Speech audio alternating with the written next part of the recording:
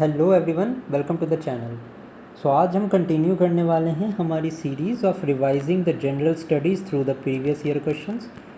Now I have included all the previous year questions here and I have also added the explanation to that and we are going to discuss these questions also and then we are going to discuss the static part as well, so that आपका revision बहुत efficiently हो जाए। So let us now study the question first and let us start the video without wasting any time. Now this first question is from the environment part. Now the question asks that identify the correct options from the following about the proportion of different gases in the biogas. Now biogas, as you know, it is a renewable energy source which is produced from organic waste, organic matter such as dead leaves and all of that is used to produce this biogas. Now this question is asking about the composition of the biogas. Now to solve this question, अगर आपको सिर्फ एक simple सा fact पता होगा जो कि ये है कि इफ़ यू नो अबाउट कि बायोगैस में मीथेन होता है सबसे ज़्यादा, then automatically you will eliminate this D option. So you will lie with methane, methane, methane, three options.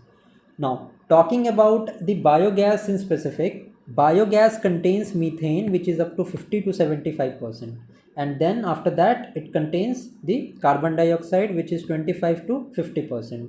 So methane and carbon dioxide, and then if I talk about nitrogen, around 2% there is nitrogen in this biogas. So the correct option to this question would be A. I hope you have solved this question correctly. Also just remember this thing about hydrogen sulfide. Hydrogen sulfide is also there in the biogas.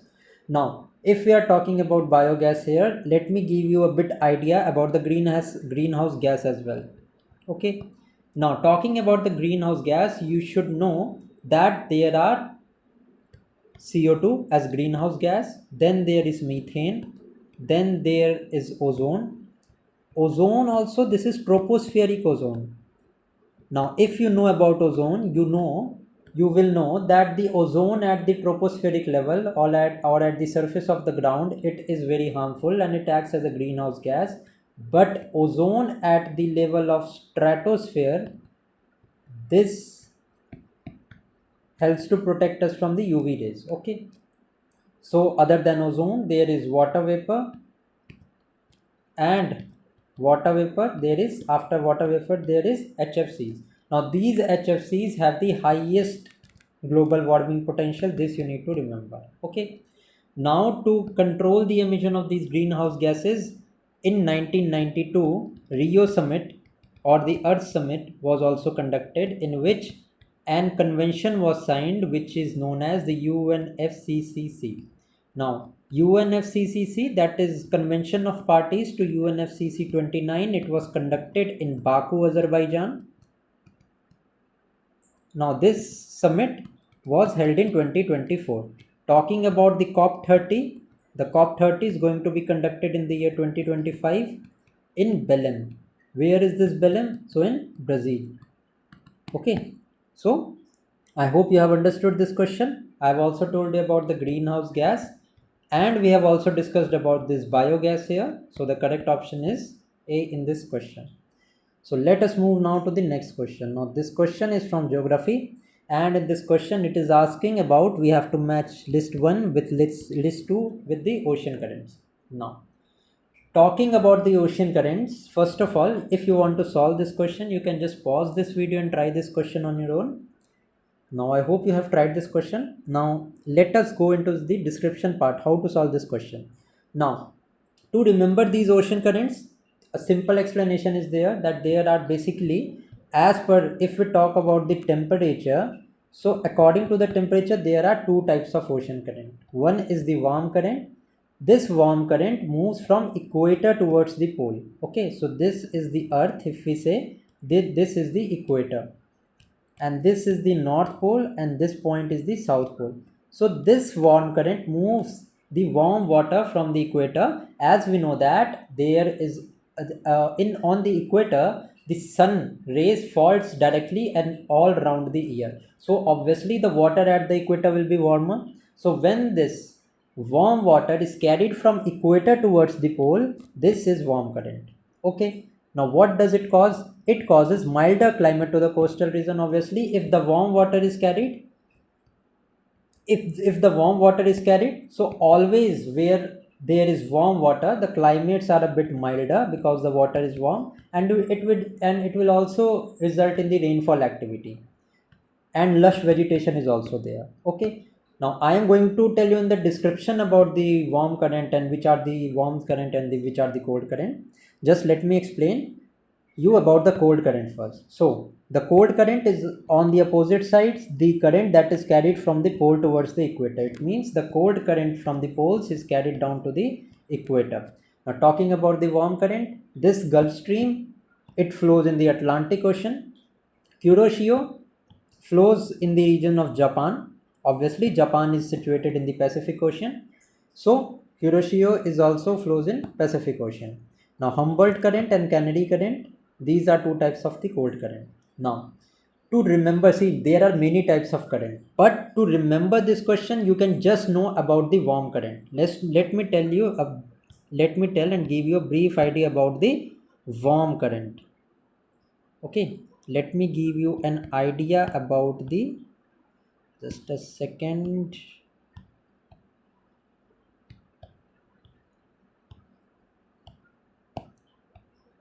Now talking about the warm current, just know about the warm current and you will know about all of the other options. Now talking about the warm current, first one is equatorial current. Now there are two types of equatorial current. One is the northern equatorial current and another one is the southern equatorial current. Now this northern equatorial current flows in the Pacific Ocean as well as the Atlantic Ocean. Now southern equatorial current flows in the Pacific Ocean as well as the Atlantic Ocean as well as the Indian Ocean.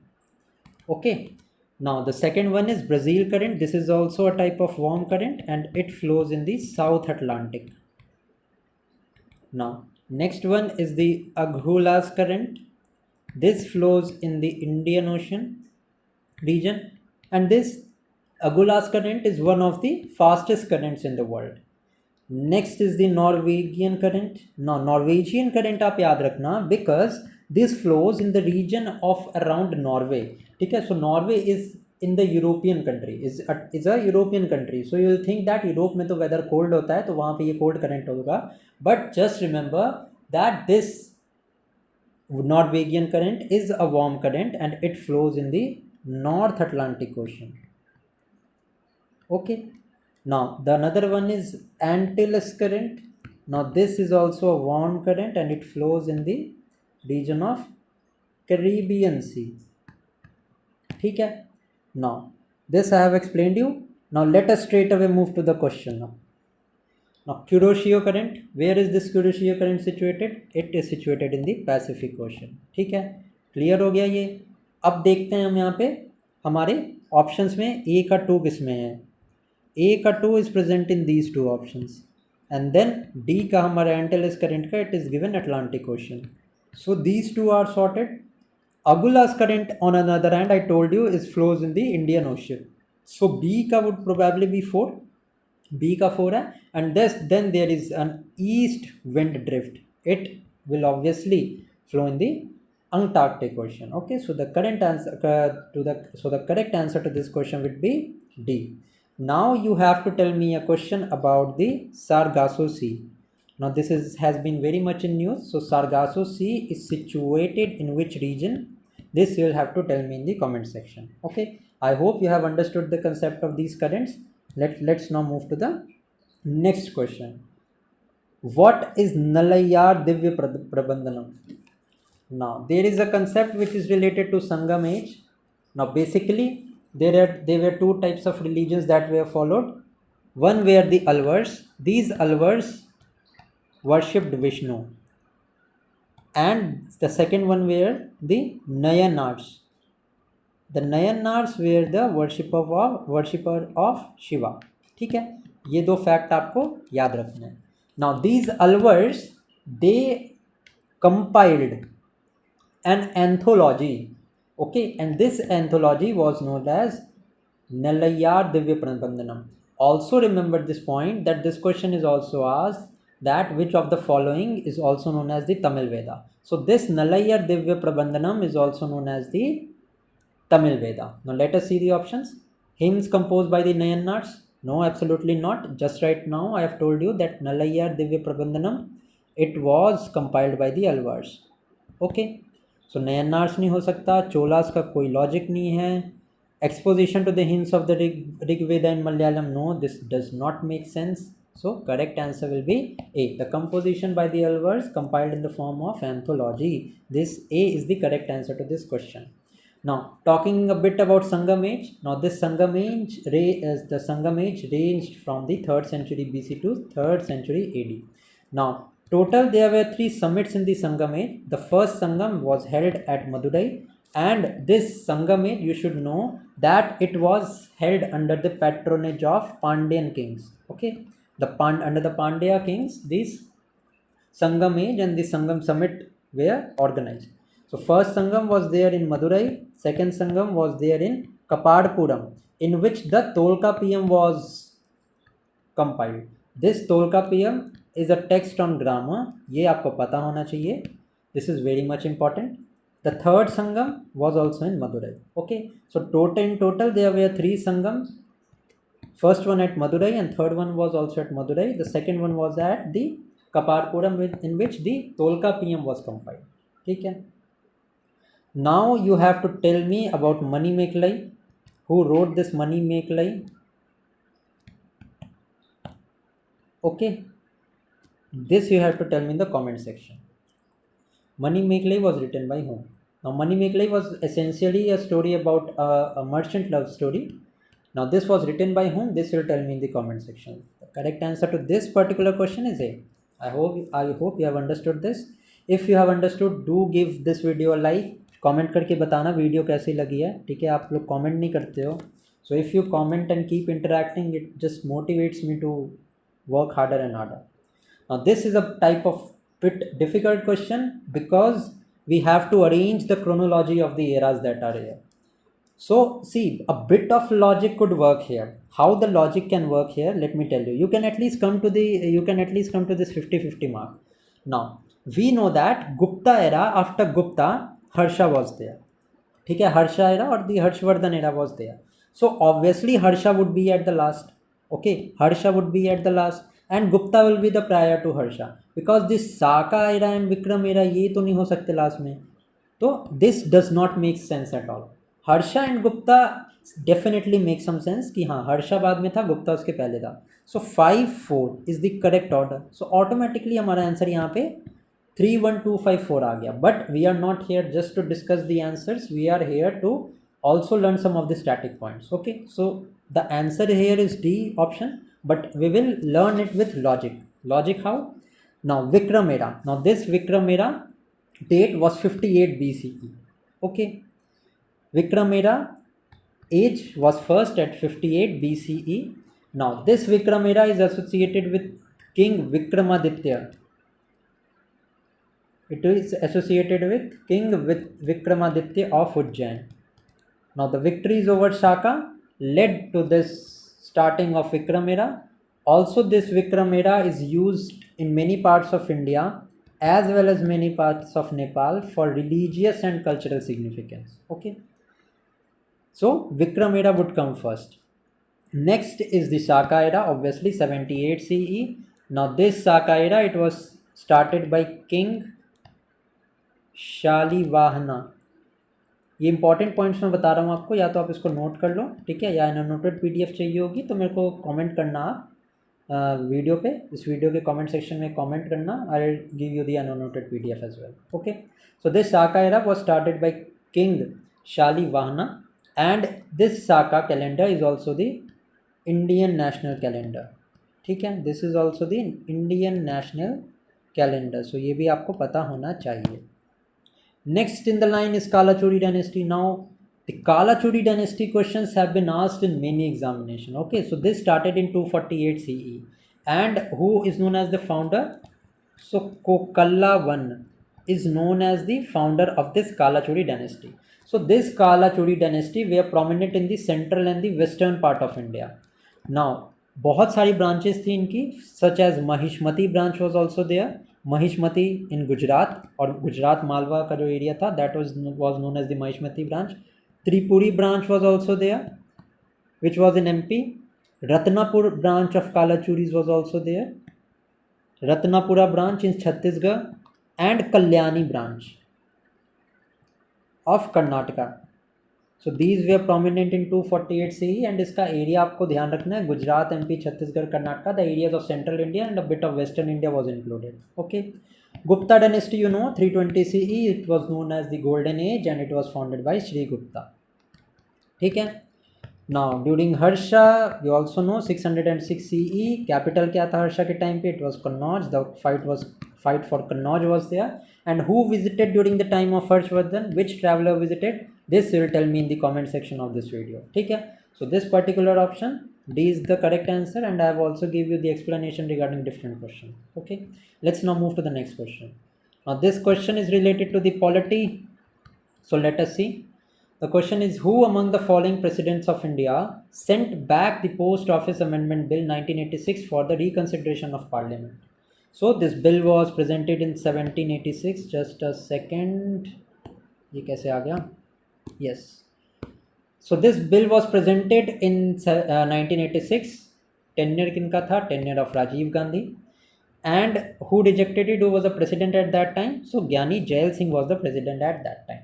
Now, the name of the bill is important that we have discussed. Another important thing is regarding the article which tells about this provision. So there is article 111 of the constitution which states that the president has the power to send a bill to parliament for reconsideration. Okay. Now article 112 is related to annual financial statement, ये भी आपको पता होना चाहिए. Article 110 is related to money bill, this you will also need to know. ठीक है. Article 108 is related to joint sitting of parliament, and you have to tell me in the comment section about article 105. Article 105 किस चीज़ से related है? Now talking about the powers of the president, we have to absolutely discuss here the veto powers of the president. Now there are three types of veto power that is there with the Indian president. The first one is absolute veto. Absolute veto means what? The president is not bound to give an assent to the bill, and simply the president refuses to give the consent. So when the president refuses to give the consent to a bill, it does not become an act. This comes under the absolute power, absolute veto. Then there is suspensive veto. So suspensive veto is the case in which the president returns the bill for the reconsideration, as we have seen here in this question. So this is a suspensive veto. Then there is pocket veto. So as the name suggests, pocket veto. Pocket veto का मतलब क्या? कि मतलब president ने कोई bill था, bill उठाया और अपनी जेब या अपने पॉकेट में डाल लिया. It means he forgot. मतलब किसी भी बिल को अनडेफिनेटली छोड़ देना, एसेंट ना तो येस करना, ना तो नो करना, ना ही बिल को रिकंसिडरेशन के लिए भेजना. ठीक है. सो जेब में रख के भूल जाना, that is pocket veto. No action is being taken on the bill. ठीक है. So these three types of veto power are there with the Indian president. So the another question arises, which power is not there with the president? That is qualified veto. So this qualified veto is not there with the Indian president, it is with the US government. Okay, US के president के पास this qualified veto है, in which there is the power that lies with the state legislature or the parliament to turn the decision of the president to not give the assent to the bill. ठीक है, समझ आ गया? I hope ये समझ आ गया होगा आपको. So to this particular question the correct answer would be Gyani Jail Singh. ठीक है. Next is about which one of the following is the most abundant element on the earth. So ये बहुत confusing question है. See, two things are there. Elements on earth मतलब अर्थ के crust पे. ठीक है. See, दो चीज़ें होती हैं यहाँ पे. एक तो most abundant element on earth जिस पे ये क्वेश्चन पूछा है. ठीक है. Then also there is the most abundant element on the crust. So यहाँ पे मैंने दोनों को मेंशन कर दिया है ताकि अगली बार ये क्वेश्चन आए तो आप इस क्वेश्चन को गलत नहीं करोगे. So क्या है इस क्वेश्चन में? Most abundant element on the of all the elements of the earth. So if a question is about of all the elements of the earth, then in the highest quantity there is iron, that is Fe. After iron, that there is oxygen, and after oxygen there is silicon. So in this question, iron is nowhere mentioned. So the correct option will be oxygen. And oxygen के बाद अगर कुछ सबसे ज़्यादा abundant है, that is silicon. In respect to most abundant element on the earth, ठीक है? If the question is asking about the most abundant element on the crust of the crust, so oxygen is the most abundant, then there is silicon, and then there is aluminum. So ये question इतना nicely frame किया है कि अगर आपको crust, अर्थ का crust and the elements में आपको डिफरेंस नहीं पता होगा, सो आप डेफिनेटली कंफ्यूज कर जाओगे, ठीक है? सो आई होप कि आज के बाद आप कंफ्यूज नहीं करोगे. अर्थ के क्रस्ट में सबसे अबंडेंट होता है oxygen, then there is silicon, and then there comes the aluminium. Most abundant element of the earth का कौन सा है? देन आयरन है, then oxygen, then there is silicon. मैं यूनिवर्स की बात करूं तो यूनिवर्स में सबसे ज़्यादा अबंडेंट कौन सा एलिमेंट है? This will tell me in the comment section, ठीक है? Let's now move to the next question. That is the focus of the second 5-year plan was. Now the first 5-year plan it was launch in the year 1951.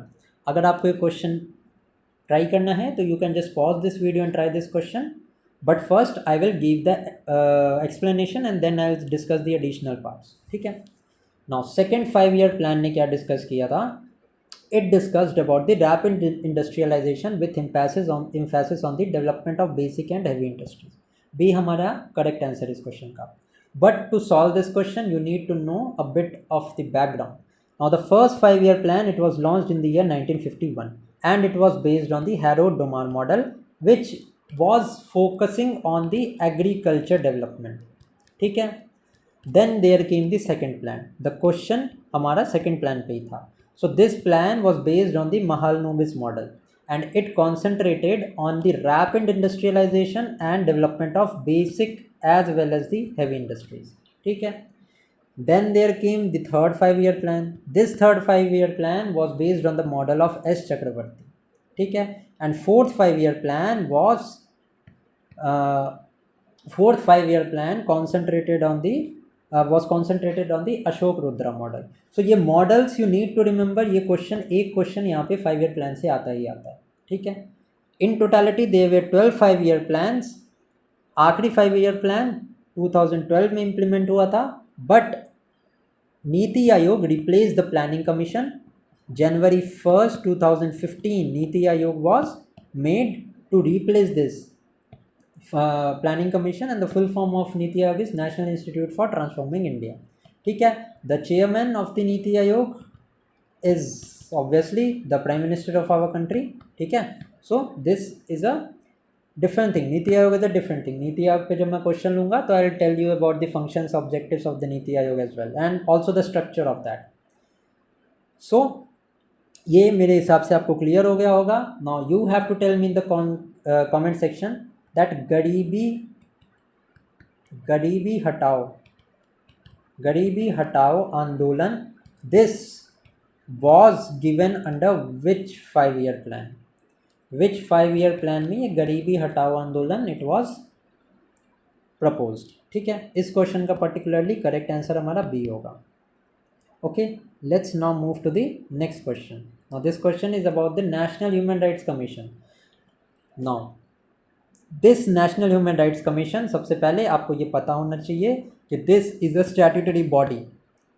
Okay, this is a statutory body which was found by the Protection of Human Rights Act 1993.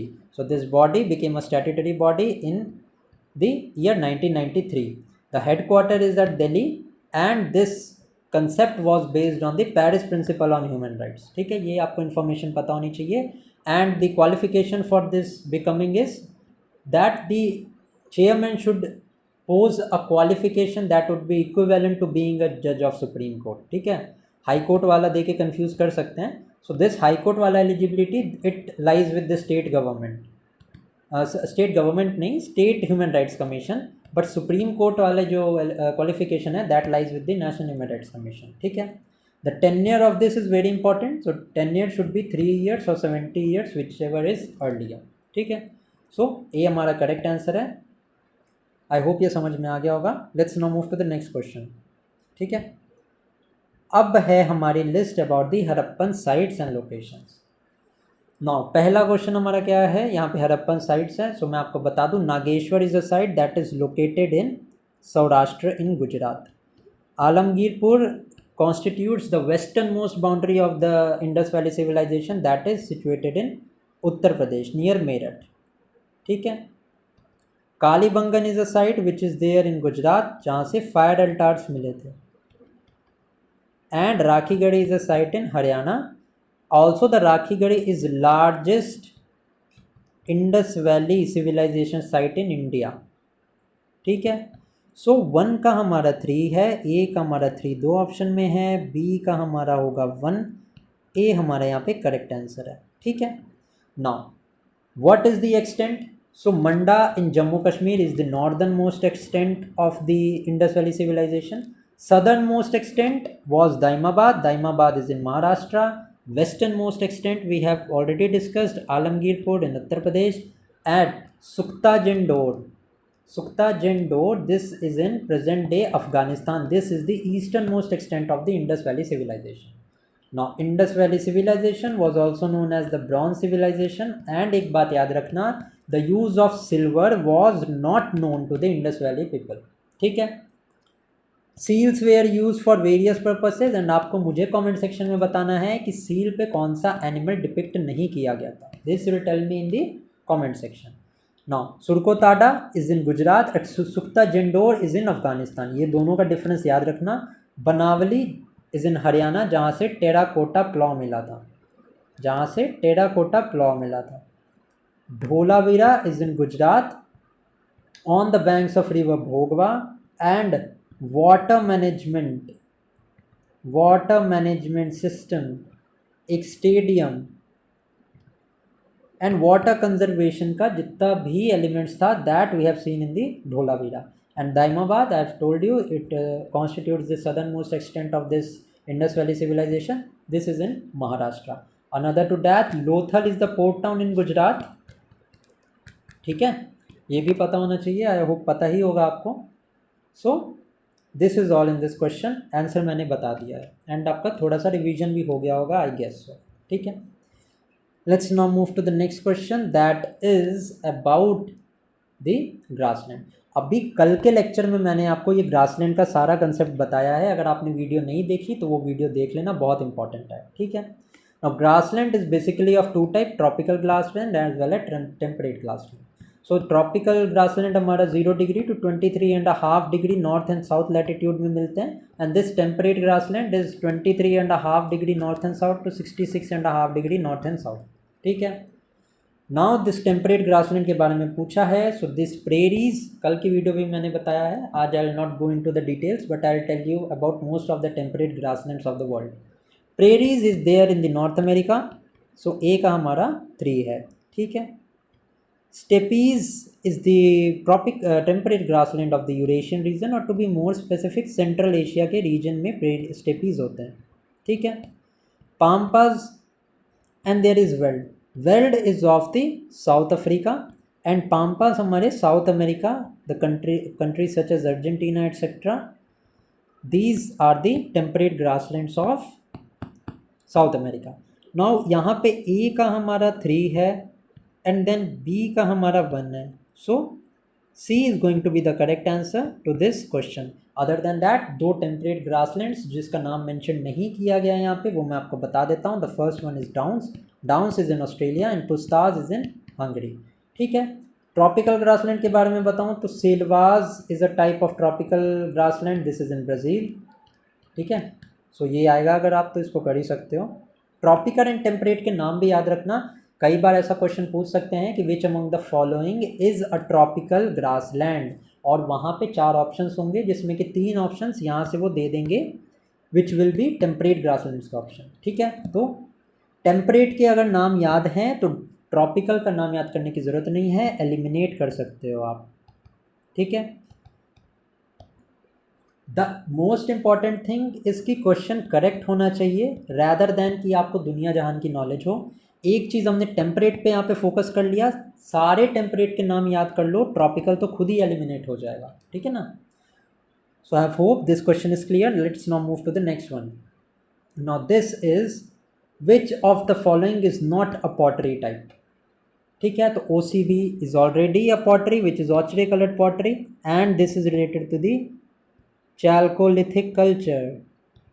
CCE ऐसा तो pottery मैंने कभी नहीं सुना. CCE is well an assessment type, a type of assessment that was used for 10 class students. So CCE is not a pottery type. तो correct answer हमारा मिल गया हमको यहाँ पे कि CCE is not a type of pottery. ठीक है.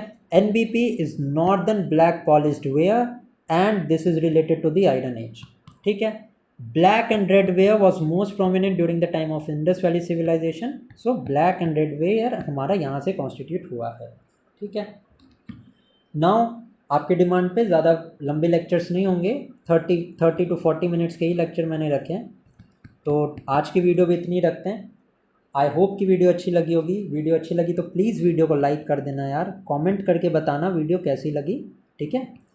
And Telegram channel join कर लो अगर आपको इसकी वीडियो चाहिए, PDF चाहिए, तो you can join the Telegram channel. And ऐसे ही I will cover all of the previous year questions. UPSC के भी कवर होंगे, मतलब बहुत ज़्यादा लेवल के भी नहीं, UPSC के भी मैं कवर करूँगा which will be beneficial for your state PSC examination. All the state PSC examinations will also be covered. ठीक है. UP PSC RO ARO सारा कुछ मैं कवर करूँगा यहाँ पे. And this video is going to be helpful. ठीक है. So thank you for watching and keep studying.